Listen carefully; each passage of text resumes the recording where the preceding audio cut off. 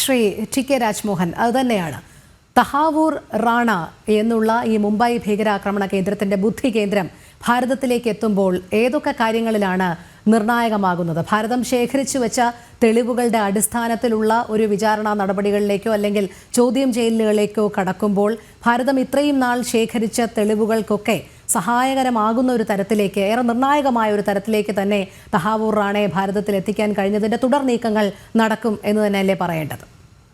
തഹാവൂർ റാണയെ നാളെ മോർണിംഗിൽ ഇന്ത്യൻ മണ്ണിൽ ടച്ച് ചെയ്യുമെന്നാണ് ഇപ്പോൾ വരുന്ന ഇൻഫർമേഷൻ മനസ്സിലാകുന്നത്. അപ്പോൾ 2008 ഭീകരാക്രമണത്തിൽ മുൻപായി, 2008 ഭീകരാക്രമണം നടന്ന നവംബറിന് മുമ്പായി പല സമയത്തും ഇവിടെ റിക്കി കണ്ടക്ട് ചെയ്തത് ഈ ഡേവിഡ് ഹോൾമാൻ ഹെഡ്ലിയും പിന്നെ അദ്ദേഹത്തിനെ സഹായിച്ചുകൊണ്ടാണ് തഹാവൂർ റഹ്മാനും ഇവരും കൂടിയിട്ടാണ് ഈ ഓപ്പറേഷൻ കംപ്ലീറ്റ് ഇന്ത്യയിൽ എങ്ങനെയാണ് നടത്തിയത് എന്ന് മനസ്സിലായത്. അവരാണിത് ചെയ്തത്. അപ്പോൾ ഇതിൻ്റെ പ്രീ പ്ലാനിങ്, അതായത് ഇതിൻ്റെ കോൺസ്പിറസി പ്രീ പ്ലാനിങ് ഫണ്ടിങ് എല്ലാം ചെയ്തിരിക്കുന്നത് ഹെഡ്ലിയും ഈ റാനയും ബാക്കി ആൾക്കാരാണ്. അപ്പോൾ എൽ ഇ ടിയുടെയും ഹുജിയുടെയും ബാക്കി അതുപോലെയുള്ള എല്ലാ ഭീകര സംഘടനയൊക്കെ കൺട്രോൾ ചെയ്യുന്ന പാകിസ്ഥാനിലുള്ള ISIയും ബാക്കി പാകിസ്ഥാനിലെ മിലിറ്ററിയിലെ ചില ഉദ്യോഗസ്ഥരുമാണ്. അപ്പോൾ ഇവരെല്ലാം കൂടി ചെയ്ത ഒരു പ്ലാനിങ് ആണ്. ആ പ്ലാനിങ്ങിനോടനുബന്ധിച്ചിട്ടാണ് 2008 166 ആൾക്കാർ മരിക്കാനും ഇന്ത്യയെ 60 മണിക്കൂറാണ് മുൾമുനയിലെത്തിയത്. ഇന്ത്യയുടെ ഫൈനാൻഷ്യൽ ക്യാപിറ്റലിന് 60 മണിക്കൂറാണ് മുൾമുനയിലെത്തിയത്. അങ്ങനെയാണ് 2008 സംഭവം ഉണ്ടാകുന്നത്. അങ്ങനെ 166 ആൾ മരിക്കുകയാണ്. അങ്ങനെ ഇന്ത്യ പാനിക്കായിപ്പോയി. ഇന്ത്യ പാനിക്കായിട്ടുണ്ട്. ആ പാനിക്കിൻ്റെ ആഫ്റ്റർ എഫക്റ്റാണ് നാഷണൽ ഇൻവെസ്റ്റിഗേഷൻ ഏജൻസിയുടെ ഫോർമേഷനും NIA ആക്റ്റൊക്കെ വരാൻ വേണ്ടി കാരണം ആ ഓപ്പറേഷൻ പാകിസ്ഥാൻ്റെ അത്ര ബ്രൂട്ടലായ ഓപ്പറേഷനാണ്. അതിനോട് ബന്ധപ്പെട്ട് ഇൻവെസ്റ്റിഗേഷൻ കണ്ടക്ട് ചെയ്തപ്പോഴാണ് മനസ്സിലായത് തഹാവൂർ റാണയെ പോലെയുള്ള അല്ലെങ്കിൽ ഡേവിഡ് ഹെഡ്ലിയെ പോലെയുള്ള ആൾക്കാരൊക്കെയാണ് അതിൻ്റെ പിറകിൽ വർക്കൗട്ട് ചെയ്തത്. കൂടാതെ ഇലിയാസ് കശ്മീരി, അങ്ങനെ കുറേ ആൾക്കാരുണ്ട്. കുറേ ആൾക്കാർ കൂടി പ്രീ പ്ലാൻ ചെയ്തിട്ട് ഈ 10 ആൾക്കാരെ അയച്ചതാണ്. അവരാണ് ഓപ്പറേറ്റ് ചെയ്തിരിക്കുന്നത്. പക്ഷേ അതിൻ്റെ ബാക്കിലുള്ളത്തെ അതിൻ്റെ പ്രോപ്പർ പ്ലാനിങ്ങും ബാക്കി കോൺസ്പിറസിയൊക്കെയുള്ള പെട്ട ഒരാളെയാണ് ഇപ്പോൾ ഇന്ത്യയിലേക്ക് കൊണ്ടുവരാൻ പോകുന്നത്. ഞാനൊക്കെ വളരെ ആത്മാർത്ഥമായിട്ട് സന്തോഷിക്കുന്ന ഒരു അവസരമാണ്. കാരണം അതിൻ്റെ ഒരു ഭാഗമാകാൻ കഴിഞ്ഞൊരു ഉദ്യോഗസ്ഥനാണ് ഞാൻ. കാരണം ഞാൻ NIAയിൽ ജോയിൻ ചെയ്തിട്ട് ആദ്യത്തെ കേസാണ് ഹെഡ്ലിയുടെ കേസ്, ക്രൈം നമ്പർ 3/2009. അതാണ് കേസിൻ്റെ നമ്പർ. ആ കേസാണ് ഇപ്പോൾ ഈ ഹെഡ്ലിയെയും ഈ റാനയും ഒക്കെ അക്യൂസ്ഡായിട്ട് നമ്മൾ കോടതിയിൽ ചാർജ് ഷീറ്റ് ചെയ്തത്. അപ്പോൾ അതുമായി ബന്ധപ്പെട്ട് വളരെ ഡീറ്റെയിൽ ഇൻവെസ്റ്റിഗേഷൻ NIA കണ്ടക്ട് ചെയ്തിട്ടുണ്ട്. ഒരുപാട് ഇൻഫർമേഷൻ കളക്ട് ചെയ്തിട്ടുണ്ട്.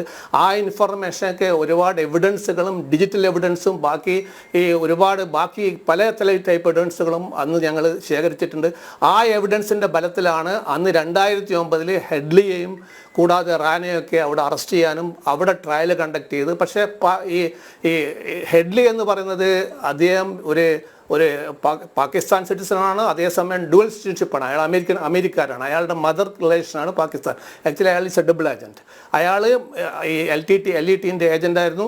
ആ LET ഏജൻ്റായിട്ട് വർക്ക് ചെയ്യുമ്പോൾ തന്നെ അയാൾ വേറൊരു ഏജൻറ്റെ വർക്ക് ചെയ്ത ഒരാളാണ്. അപ്പോൾ അയാളെ ഈസിയായി ഉപയോഗിച്ചുകൊണ്ട് ഈ പാകിസ്ഥാനിൽ ISIയും പാകിസ്ഥാൻ മിലിറ്ററിയും ബാക്കി ആൾക്കാരൊക്കെ ചേർന്നാണ് ഇത് രൂപം കൊടുത്തത്. അങ്ങനെയാണ് ഇത് ഫോം ചെയ്തത്.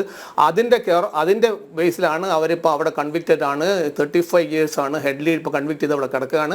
ഇപ്പോൾ റാനയുടെ കൺവിക്ഷൻ കഴിഞ്ഞ് അയാൾ പുറത്തേക്ക് ഇറങ്ങിയപ്പോഴാണ് ഇന്ത്യ ആവശ്യപ്പെടുന്നതും നമ്മൾ ഇതിന് മുന്നേ തന്നെ ആവശ്യങ്ങൾ പല പ്രാവശ്യം പറ്റുമ്പോൾ അവിടെ കൺവിക്ഷൻ ആയതുകൊണ്ടാണ് അവിടെ നിന്ന് കിട്ടാതിരുന്നത്. ഇപ്പോഴദ്ദേഹം പല പ്രാവശ്യം അവിടുത്തെ ഹൈക്കോടതിയും സുപ്രീം കോടതിയൊക്കെ പോയി. അപ്പോൾ സുപ്രീം കോടതി അവസാനം തള്ളിക്കഴിഞ്ഞിട്ടാണ് നമ്മുടെ ഇവിടുന്ന് ഒരു മൾട്ടി ഏജൻസി NIAയിലത്തെ ഒരു 3 ഉദ്യോഗസ്ഥന്മാരും പിന്നെ ഇൻ്റലിജൻസ് വിങ്ങിലത്തെ റോവുമായി ബന്ധപ്പെട്ട ഉദ്യോഗസ്ഥന്മാരും കൂടി അവരൊക്കെ ടേക്ക് ഓവർ ചെയ്തിട്ട് ഇപ്പോഴും സ്പെഷ്യൽ ഫ്ലൈറ്റിൽ വന്നുകൊണ്ടിരിക്കുകയാണെന്നാണ് ഞങ്ങൾക്ക് കിട്ടിയ ഇൻപുട്ട്. അപ്പോൾ ഈ സംഭവത്തിൽ ഇനി എന്താണ് ചെയ്യാൻ പോകുന്നത്? നമുക്ക് വളരെ സന്തോഷമുള്ളതും വളരെ അഭിമാനം തരുന്ന കാര്യമാണ് ഇന്ന് സർക്കാരിൻ്റെ ഇത്ര കണിശമായ ഒരു ആക്ടിവിറ്റി. അതായത് കഴിഞ്ഞ 2 മാസം മുമ്പേ നമ്മൾ ആദരണീയായ പ്രൈം മിനിസ്റ്റർ അമേരിക്കയിൽ വിസിറ്റ് ചെയ്ത സമയത്ത് അതുമായി ബന്ധപ്പെട്ട് ഒരുപാട് ചർച്ച നടന്നു. ആ ചർച്ചയുടെ അവസാനമാണ് അമേരിക്കയുടെ പുതിയ പ്രസിഡന്റ് പറഞ്ഞ് we will hand over him. അങ്ങനെ ഒരു ഉറപ്പ് കിട്ടിയ അവസ്ഥക്കാണ് നമ്മുടെ ഏജൻസി ബാക്കി അതിൻ്റെ ഫോർമാലിറ്റീസും ബാക്കി ലീഗൽ പേപ്പറൊക്കെ വർക്ക് ചെയ്തതിന് ശേഷമാണ് ഇപ്പോൾ ഇന്ത്യയിലേക്ക് കൊണ്ടുവരുന്നത്. ഇനി കിട്ടിക്കഴിഞ്ഞാൽ നമുക്ക് എന്തൊക്കെ ചെയ്യാൻ പറ്റും? ഒരുപാട് കാര്യങ്ങൾ ചെയ്യാൻ പറ്റും. കാരണം ഫസ്റ്റ് ടെറർ ഫണ്ടിങ്. ഈ ടെറർ ഫണ്ടിങ് എവിടെ നിന്നാണ് പ്രോപ്പറായിട്ട് വരുന്നത്, ആരാണ് അതിൻ്റെ പുറകെയുള്ളത്, അങ്ങനെ അതിൻ്റെ പുറകെയുള്ള പാകിസ്ഥാനിലെ ആരൊക്കെയാണ്, പാകിസ്ഥാൻ്റെ ISIS ഏജന്റുമാരാണ്, ആരാണ് അതിൻ്റെ ആൾക്കാർ.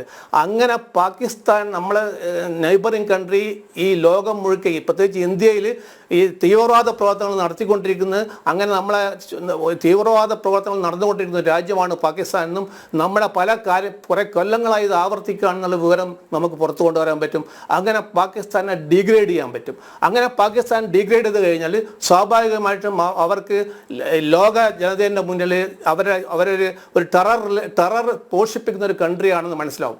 അങ്ങനെ മനസ്സിലായി കഴിഞ്ഞാൽ സ്വാഭാവികമായിട്ടും ആ രാജ്യത്തിന് ഈ FATF മാതിരി ഓർഗനൈസേഷനിൽ, അതായത് ഫിനാൻഷ്യൽ ടാസ്ക് ആക്ഷൻ ഫോഴ്സിൻ്റെ ഒരു സംഘടനയുണ്ട് ഇൻ്റർനാഷണൽ, അവിടെയൊക്കെ ബ്ലാക്ക് ലിസ്റ്റ് ചെയ്യാൻ പറ്റും. അങ്ങനെ ബ്ലാക്ക് ലിസ്റ്റ് ചെയ്താൽ പാകിസ്ഥാൻ്റെ ക്രെഡിബിലിറ്റി തന്നെ ബാധിക്കുന്നതാണ്, അവരുടെ ഫൈനാൻഷ്യൽ ക്രെഡിബിലിറ്റി തന്നെ ബാധിക്കാൻ പോകുന്നതാണ്. അതാണ് ഒരു കാര്യം. രണ്ടാമത്തത്, ഇതിൻ്റെ പിറകിൽ വർക്ക് ചെയ്ത് ബാക്കി ആരൊക്കെയാണ് ഇപ്പോഴും കുറേ ആൾക്കാർ ദുബായിലും അല്ലെങ്കിൽ വേറെ പല കൺട്രിയിലൊക്കെ ഇതുമായി ബന്ധപ്പെട്ട് അന്ന് കോൺസ്പിറസി കണ്ടക്ട് ചെയ്ത പല ആൾക്കാരും പല സ്ഥലങ്ങളാണ്. അവരാരൊക്കെയാണ്, അവരെ കൂടെ നമുക്ക് നമ്മുടെ ചിത്രത്തിലേക്ക് കൊണ്ടുവന്നിട്ട് ആരാണ് ഇതിൻ്റെ ബാക്കിൽ കിങ് പിന്നായി വർക്ക് ചെയ്ത മെയിൻ ഈ LETയുടെ ബാക്കി ആൾക്കാരാണോ, അതുമല്ല ബന്ധപ്പെട്ട പൊളിറ്റിക്കലായിട്ടുള്ള ബന്ധങ്ങൾ, പാകിസ്ഥാനിലെ പൊളിറ്റിക്കൽ ലീഡേഴ്സായിട്ടുള്ള ബന്ധങ്ങൾ, ഇതൊക്കെ നമുക്ക് പുറത്തു കൊണ്ടുവരാൻ പറ്റും. കൂടാതെ അന്നത്തെ മിസ്സിംഗ് ലിങ്ക്സ് വല്ലതും ഉണ്ടെങ്കിൽ എനിക്ക് തോന്നുന്നു അന്നത്തെ ഞങ്ങളുടെ ടീം വളരെ സീരിയസ് ആയി ഇൻവെസ്റ്റിഗേറ്റ് ചെയ്ത് എല്ലാ ലിങ്കും കവർ ചെയ്തിട്ടുണ്ട്. പക്ഷേ എന്തെങ്കിലും ലിങ്ക് വിട്ടുപോയിട്ടുണ്ടെങ്കിൽ അതുകൂടി ആഡ് ചെയ്യാൻ പറ്റും. കൂടാതെ അന്ന് ഈ താവൂർ റാന ആക്ച്വലി ഒരു കവറായിട്ട് ഓർഗനൈസേഷനാണ്. ഇമിഗ്രേഷനായി ബന്ധപ്പെട്ട ഒരു ഓഫീസ് ഇവിടെ തുറന്ന് ആ ഓഫീസിലാണ് ആദ്യമായിട്ട് ഹെഡ്ലി വിസിറ്റ് ചെയ്യുന്നതും ഹെഡ്ലിയെ ബാക്കപ്പ് ചെയ്യുന്നത് കംപ്ലീറ്റ് ഈ റാനയുടെ എമിഗ്രേഷൻ ഓഫീസാണ്. ഈ മുംബൈയിലുള്ള ഒരു ഓഫീസാണത്. ആ ഓഫീസിനെ ബേസ് ചെയ്തിട്ടാണ് ഇയാൾ ടിക്കറ്റ് ഇഷ്യൂ ചെയ്യുന്നതും മൾട്ടി വിസ ഇഷ്യൂ ചെയ്യുന്നതും. കാരണം പാകിസ്ഥാൻകാരനായ അല്ലെങ്കിൽ പാകിസ്ഥാൻകാരനായ അമേരിക്കൻ സിറ്റിസൺ, അയാൾ ഡ്യുവൽ സിറ്റിസൺഷിപ്പാണ്. അയാൾക്ക് ഇന്ത്യയിൽ വന്നു പോകുമ്പോൾ ആർക്കും ഒരു ഐഡിയ ഇല്ല ആരാണ് ഹെഡ്ലി ആരാണെന്ന്. അപ്പോൾ അയാൾക്കുള്ള ഫുൾ കവറപ്പും കൊടുത്തിരിക്കുന്നത് ഈ റാനയാണ്. അപ്പോൾ റാനയിൽ നിന്ന് ഒരുപാട് ഇൻഫർമേഷൻ ഇനിയും കളക്ട് ചെയ്യാനുണ്ട്. കൂടാതെ റാന ഈവൻ വിസിറ്റഡ് കൊച്ചിയിൽ വന്നിട്ട് ഇവിടെ കൊച്ചിയിലുള്ള നമ്മുടെ താജ് ഹോട്ടലായിട്ട് അയാൾ വൈഫായി താമസിച്ചിട്ടുണ്ട്. എവിഡൻസ് ഉണ്ട്, അന്ന് വി കളക്റ്റഡ് എവിഡൻസ്. അപ്പോൾ ഇങ്ങനെയുള്ള പല കാര്യങ്ങളും അയാൾ പുഷ്കറിൽ പോയിട്ടുണ്ട്, അയാൾ അഹമ്മദാബാദിൽ പോയിട്ടുണ്ട്. അപ്പോൾ ഇതുമായി ബന്ധപ്പെട്ട വല്ല സ്ലീപ്പർ സെൽസ് ഓടിയുണ്ടോ, അങ്ങനെ ഒരുപാട് ഇൻപുട്സ് ഇനിയും വരാനുണ്ട്. കുറെ കൂടി ഡീറ്റെയിൽ ആയിട്ട് ഇൻവെസ്റ്റിഗേഷൻ NIA പോകും എന്നാണ് ഞാൻ കരുതുന്നത്. തീർച്ചയായിട്ടും അത്ര സീനിയർ ഓഫീസേഴ്സുമായി ബന്ധപ്പെട്ട ഒരു ഗ്രൂപ്പാണ് പോയിരിക്കുന്നത്. അപ്പോൾ തിരിച്ചു വന്നാൽ തീർച്ചയായിട്ടും അവർ ഇങ്ങനെ ഒരുപാട് കാര്യങ്ങൾ ചെയ്യാനുണ്ട്. അങ്ങനെ ഒരുപാട് കാര്യങ്ങൾ ചെയ്തു കഴിഞ്ഞിട്ടുണ്ടെങ്കിൽ നമുക്ക് നമ്മുടെ നെയ്ബറിങ് കൺട്രിയെ നമുക്ക് ടാർണിഷ് ചെയ്യാനും അവരുടെ ഇമേജ് ഇൻ്റർനാഷണൽ ലെവലിൽ അവരുടെ ക്രെഡിബിലിറ്റി ബാധിക്കുന്ന തരത്തിൽ നമുക്ക് ചെയ്യാൻ പറ്റും.